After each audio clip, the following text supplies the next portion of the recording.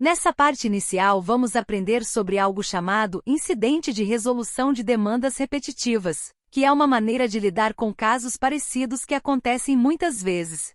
1. O que é o incidente de resolução de demandas repetitivas? O IRDR é um procedimento regulamentado pelo Código de Processo Civil, CPC, que ajuda a lidar com casos semelhantes que surgem várias vezes nos tribunais. Ele serve para uniformizar as decisões dos tribunais sobre questões de direito que se repetem. 2. Quando o IRDR pode ser utilizado? Para o IRDR ser aplicado, é necessário que sejam cumpridos dois requisitos ao mesmo tempo. Há vários processos repetitivos que discutem a mesma questão de direito. Existe o risco de prejudicar a igualdade e a segurança jurídica. 3. Participantes e procedimento do IRDR. As partes podem desistir do processo, mas isso não impede que o incidente seja analisado. O Ministério Público, se não foi o autor do pedido, deve participar se houver desistência.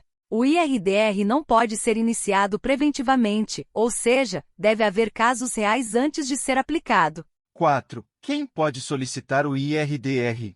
Pode ser solicitado por o juiz ou o relator do processo, as partes envolvidas no caso, o Ministério Público ou a Defensoria Pública.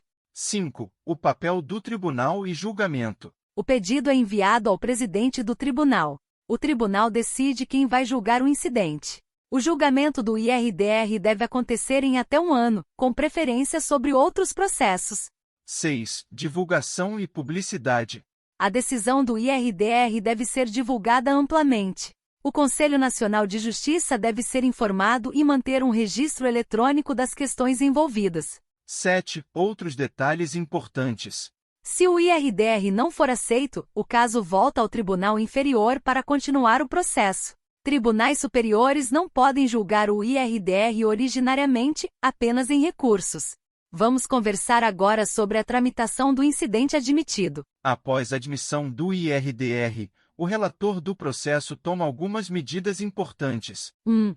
Suspensão dos processos. O relator suspende todos os processos semelhantes que estejam em andamento no Estado ou região abrangida pelo tribunal. Isso é comunicado aos outros tribunais envolvidos, e informações podem ser requisitadas deles. 2. Intimação do Ministério Público. O Ministério Público é informado e tem 15 dias para se manifestar, mas se ele não se manifestar sobre o mérito, o processo continua mesmo assim. 3. Suspensão dos pedidos de tutela de urgência. Durante a suspensão dos processos, os pedidos de decisões rápidas, tutela de urgência, são direcionados ao tribunal onde o processo suspenso tramita originalmente. 4. Decisão de suspensão. A decisão de suspensão é enviada para todos os juízos envolvidos, garantindo que a medida seja adequada a cada caso. 5. Partes e interessados ouvidos. O relator ouve as partes e outros envolvidos que possam ter interesse na questão.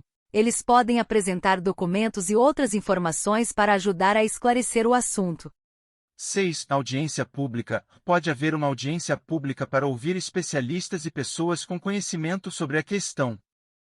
7. Julgamento. O tribunal decide a questão após ouvir as partes envolvidas. As partes do processo original têm tempo para falar, e outros interessados podem se manifestar. É hora de falarmos sobre a decisão e a aplicação da tese. Após o julgamento do IRDR, a tese jurídica fixada deve ser aplicada da seguinte forma: a todos os processos em andamento sobre a mesma questão de direito na área do tribunal, inclusive em juizados especiais. A casos futuros que tratem da mesma questão de direito na mesma região, a menos que haja revisão do entendimento. Se a tese não for aplicada, é possível entrar com uma reclamação. A tese também pode ser comunicada a órgãos reguladores, se envolver questões de prestação de serviços regulados. É importante ressaltar que a tese estabelecida no IRDR também vale para casos futuros na mesma região, e se houver um recurso ao Supremo Tribunal Federal ou ao Superior Tribunal de Justiça, a decisão deles sobre a questão deve ser aplicada a todos os casos similares no Brasil. Esse processo ajuda a garantir a consistência e a uniformidade nas decisões legais sobre questões repetitivas. Você conhece algum caso como esse? Me conta nos comentários. Envie este vídeo para ajudar o coleguinha. Clique no botão de inscrição e não perca as próximas aulas. Seja parte das conversas, aprendizado e diversão.